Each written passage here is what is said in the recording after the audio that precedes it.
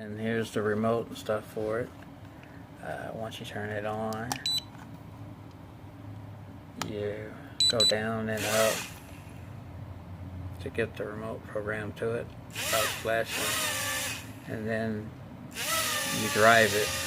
Like I said, you can drive it like a car on the floor, or you can fly it with the wheels. And they'll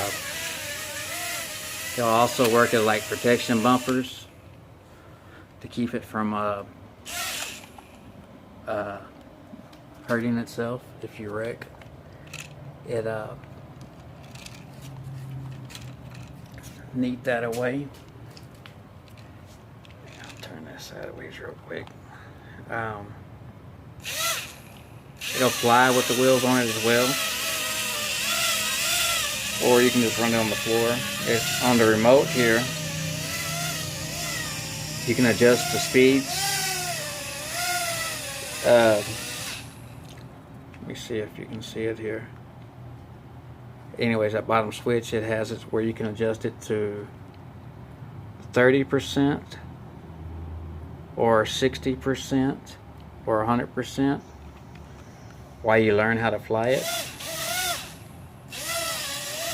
And if you decide that you do not want the protection wheels on it, you just slide this back and slide this back.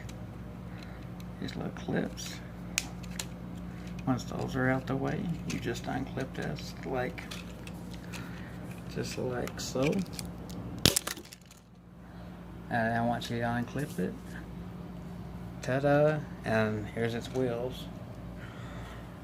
Like I said, it's a standalone drone if you do it without the wheels. And there, still fly and stuff. I'm not good at flying it. I could get it, but I got that. It also has the spot for the camera. I have the remote and that, and I as well as have the charger and stuff and the battery.